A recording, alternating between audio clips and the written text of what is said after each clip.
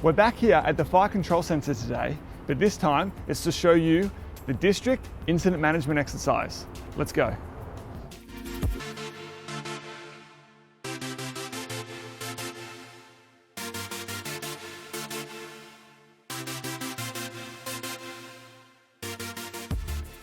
Hi, I'm Inspector Rolf Poole from New South Wales Rural Fire Service.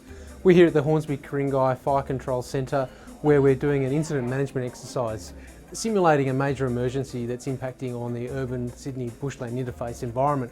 So we're just going to have a bit of a wander through and take you through what happens during an incident management exercise.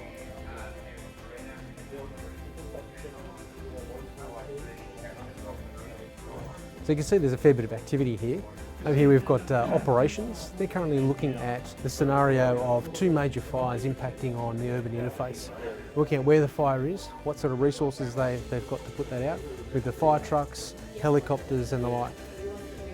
Over this side we've got our communications personnel.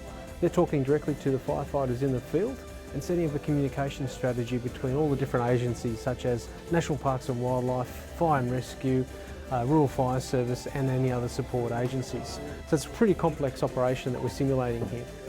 Up on the boards or on a knowledge wall you'll see all the different information that's related to the fire that's going on that we're simulating. So incident emergency alerts and how we get the message out to the community about what's happening. You can see there's actually quite a fair bit of activity that happens behind the scenes during a major operation. So this is the logistics team. These guys are working out some of the important stuff like feeding of our troops, how we get our equipment out to the field, fuel, supporting our operation behind the scenes, but very crucial to the operation. Over this side, this is the planning team. They're looking at where the future of our fire is going to be. So they need to be in advance of the fire, thinking about things like weather, topography, things that are going to come under threat, what effect that's going to have on the community in the coming days for a major bushfire. It takes quite a lot of work to look at the fire behaviour and analyse what likely impacts are going to end up hitting the community. The incident controller has overall control of the incident. The primary function is to establish command and control and coordination between the incident management team members and the various agencies. So in here we have what we call the activation cell. These guys in here are role-playing the field units and the helicopters that would normally be working on the fire.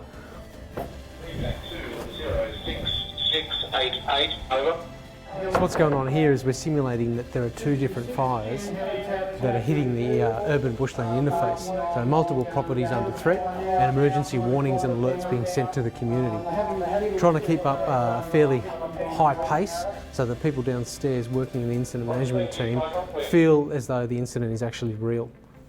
Incident management exercises are an important part of our operational readiness ahead of the bushfire danger period.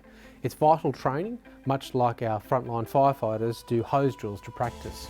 Being ready for the bushfire danger period is also important for people who live, work and holiday in bushfire prone areas, and we encourage you to have a bushfire survival plan and practice what you'll do ahead of the fire season.